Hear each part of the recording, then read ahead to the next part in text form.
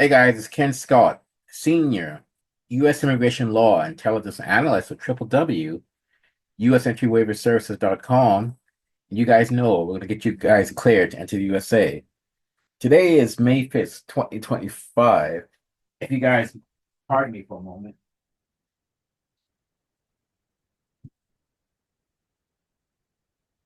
Sorry about that. Like I said, it's May 5th, 2025. And guys, I just saw this video um on YouTube. It's from Global. I think it's Global. I just watched this and I just could not let this go. I just had to comment on this because it goes to show you guys, like I've told you guys for at least, oh, I'll say at least 5 to 10 years, about the fact that a lot of these places, these waiver companies, these lawyers, even the media, a lot of them either make mistakes with their material or don't know what they're doing. And this video is a prime example. Um, One thing about this video, yeah, I'll show it to you guys. You go to Global yourself, and I will have the link in the description. Um, it says unusual. Additional checkpoint at BC-US border shocks travelers causes delay. So basically, the video was about the fact that when you cross the US border going into the US, obviously you go through CBP at the border. Sometimes when you leave the USA and route back to Canada, especially in British Columbia, occasionally you go through what's called departure control. Departure control is the same thing as essentially when you enter the USA. You know, when you're entering the USA, they check your car, they check your luggage, they check you out to see what's going on, see if you have any contraband, weapons, alien smuggling, whatever. Well, leaving the USA is a similar thing when you have departure control. They want to make sure that you don't have any contraband, weapons, stuff you shouldn't have, or you're not a wanted person. Obviously, if you're like the 80-year-old grandma and you're by yourself, well, maybe it's grandma and grandpa, and they only have, I don't know, a small bag of groceries, whatever, trunk's clear, they're not likely going to be having any contraband. Not like anything's possible, but not likely. So obviously, those people won't be checked as closely, maybe. And those like the traditional Canadians. But if you're a younger guy, whatever, and you're with three or four of your crew and you guys have tats up and down the arm, you might get checked a little closer. I mean, it's what it is, common sense.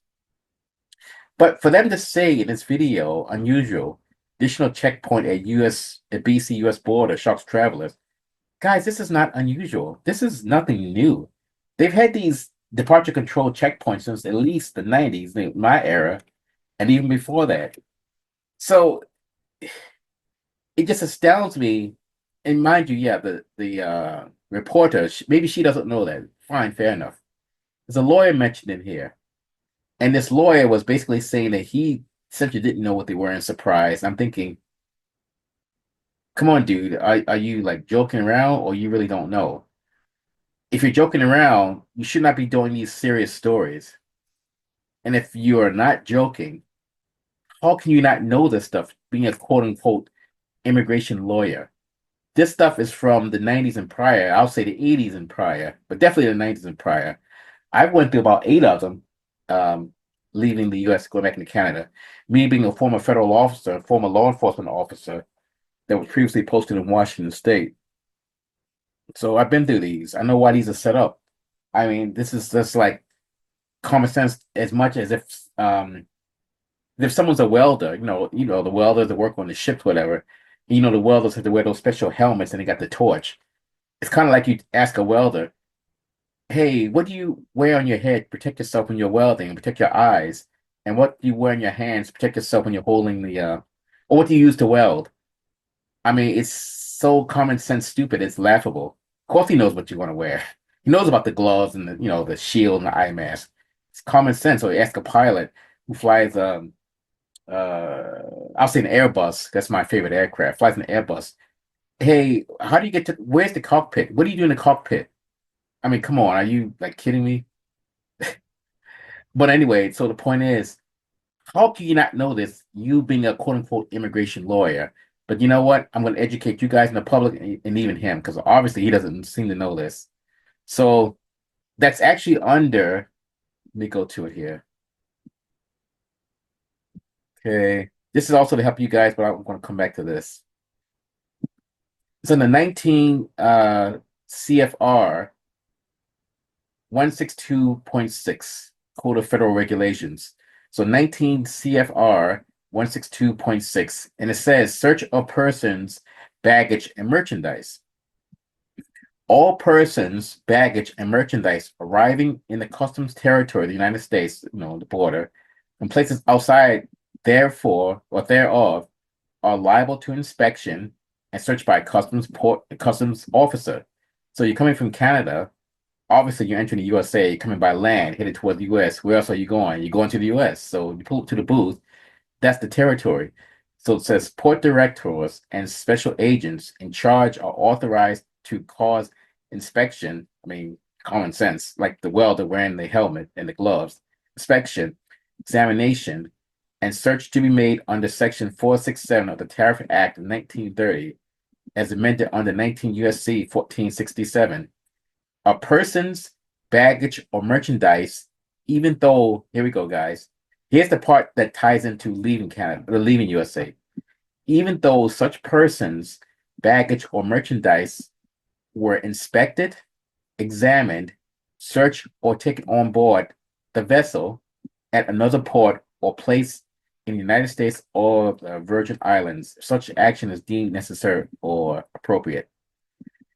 You guys may not have caught the second half. Some of you guys might say, well, Canada says other port, but you got to look at the close wording of this. Taken on board the vessel at another port or place in the United States.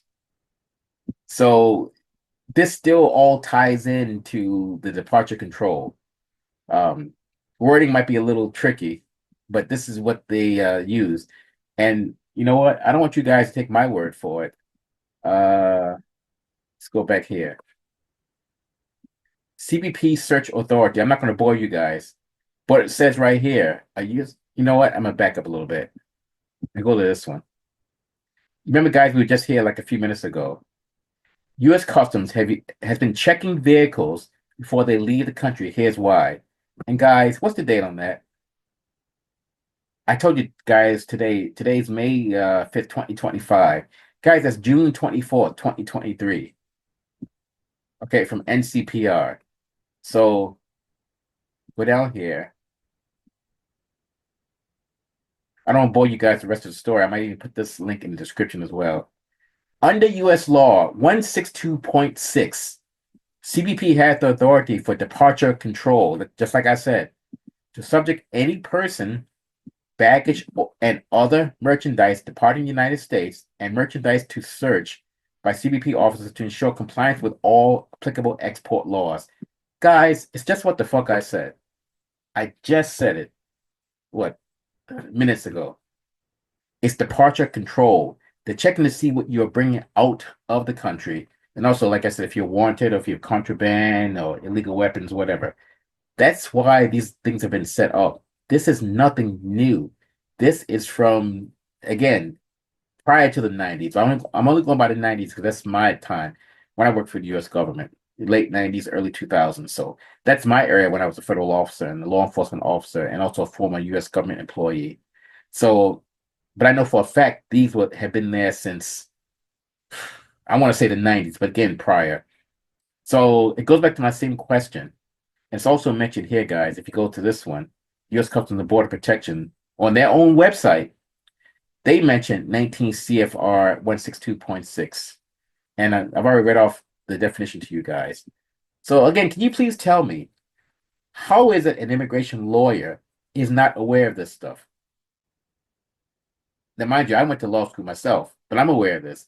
How can a U.S. immigration, quote unquote, U.S. immigration lawyer not be aware of this, why they're set up? Why would a lawyer make a statement essentially saying he has no idea why they're there? If you do U.S. immigration law, how can you not know this? It's right there. It's in the regulations. I just found the regs, and it's on their own website. How can you not know this? If that's the case, if you don't know this, fair enough. How are you practicing immigration law and not know something as basic as this? And guy, hey, don't get mad at the messenger. I'm just pointing out facts. So one of you guys can tell me in the comments, how is it he doesn't even know about this existing? You guys, if you guys can answer that question, maybe you guys can help me out because I can't figure it out. But then again, I can because a lot of these lawyers, like I said, and discount waiver companies, they don't know what they're doing. That's why they screw up a lot of these files. And when I say that stuff, is this kind of a fact? Because there's another lawyer online here, and they were talking about that 30-day registration if you're going to be in the USA for more than 30 days. And this is a lawyer back east. This lawyer was saying something to the fact that she said, um, it's not a big deal. If you don't register, don't worry. They probably won't enforce it. Guys, that's another video. You guys can't go with that because you guys don't comply with that registration thing, whatever. And if you're the lucky one who decides to get jammed up by the US government, you can't go back and say, oh, the lawyer said don't worry about it. They're going to say, where's your lawyer? And say, oh, she's not here. But you're there. So they're not going to burn her. They're going to burn you guys. So, again, these videos are really going viral, people, because this lawyer again made another video. Well, sorry, it was another story about the cell phone searches and basically saying that it's a new thing. He didn't know why they were doing it. And I showed in that video, it's on the channel, I showed in there where they've been doing cell phone searches since 2007. And the thing is, guys, I always show documented proof. I showed a snippet of the CBP manuals from '07. It was '07, '09, and 2018, where they talk about how to do the searches and things like that. I've got that stuff. Now, how is it I can have that stuff? Mind you, I'm a former federal officer, former U.S. government employee. But how is it I know this stuff, have that stuff, and these lawyers don't know any of this stuff, but they're practicing law, quote unquote. How are they practicing law? They don't know this basic stuff like cell phone searches, departure control. I think I made my point. One of the gentlemen in another video called me. I think he's a very smart man, very intelligent man. I thank him. So, guys, that's why you guys often hire a U.S. immigration law intelligence analyst because we have a lot more knowledge than a lot of these quote unquote lawyers or discount waiver companies. We do the stuff to get you guys cleared so we can win. We don't want to go like half-assed. We want to make sure that we have a touchdown. And the thing is, the touchdown is in your favor. That's why we are there for you. That's why we fight for you. So that's also why you see me sitting back here. I'm in a casual shirt that says Beast on it. And I have a glass of Pinot Grigio right here. EU organic wine, Italian organic wine. So, but the point is, I wanted to point this out to you guys and show you guys the fact that we are always there for you, always working sometimes later than I like to admit to, 10 a.m. to 11 p.m. Oh, what time is it now? Yeah, 11 p.m. I'm still up working. Get you guys cleared to enter the USA. That's how much dedication we give to you guys because we want to get you guys cleared. We don't want to do a half-ass job. We want to make sure we get a touchdown for you guys. And I just had to bring that up, guys, because I saw that. And I said, this is just ridiculous. Again, maybe she doesn't know. Fine, fair enough. She's a journalist. But hopefully this comment will still be there tomorrow. And this is the comment we left. And I'm going to read this quickly because they may delete it. But it's always going to stay on our channel. I said, I see these stories and just shake my head. These checkpoints are called departure control, and they have been in use since at least the 1990s and even prior, which would be before my time, which it is. I don't understand how this lawyer does not know this since this is old news. Since he doesn't seem to know, well, then I can explain to you guys that they are under 19 CFR 162.6 and basically used to search for contraband, fugitives, illegal weapons, and more. Canadians have nothing to worry about as long as they are not breaking the law. Unsure why this lawyer has little knowledge of them, talking about departure control, the checkpoints, since again, they've been around even before the 1990s. He has been crossing over into Canada and USA since 1990, and it's hard to believe that he has never experienced one of them. Guys, it really is hard to believe. It doesn't make any sense to me, but whatever. What I say? Experience one. I have gone through at least 8 of them since 2002. It sounds about right. And after I left from working for the U.S. government, Canadians need to understand that CBP has no idea who they are dealing with when someone pulls up to the booth. Hence, they, meaning CBP, hence they have to exercise caution for this reason. It's not meant to inconvenience a traveler, but they have found wanted suspects, contraband, and other material at these checkpoints before. So, guys, I mean, they're not meant to, harass like the 80-year-old grandparents. That's not the point at all. They're meant to catch criminals, contraband, whatever. And you guys, you Canadians need to understand that when these officers are working, whether it's departure control or the booth, they don't know who is pulling up to the booth. They have no idea. So they have to be careful because, guys, I know for a fact that they've caught people who are wanted. I know that for a fact. They've caught people who are wanted. They've caught dangerous people. They've caught, I don't want to use that T word, but you guys know what I mean when I say the T word. People tied to certain groups. I'll just leave it at that. You guys use your imagination. Um, they caught Ahmed Rassam in 1999. That's when I was a federal officer. Ahmed Rassam had crossed over. He was on the not Victoria Clipper, the other one. Going to Anacortes. I think it was Anacortes. That boat goes to Anacortes, USA. In his vehicle, he had a truck full of explosives, and he's going to LAX to blow it up or cause damage for the new millennium back then. And you don't believe me? Look it up. Ahmed Rassam. I'm probably mispronouncing his name. Ahmed Rassam was an Al Qaeda terrorist who lived in Montreal. He drove through Canada, but he departed from Victoria. It's him and I think two or three other people. That's just one person.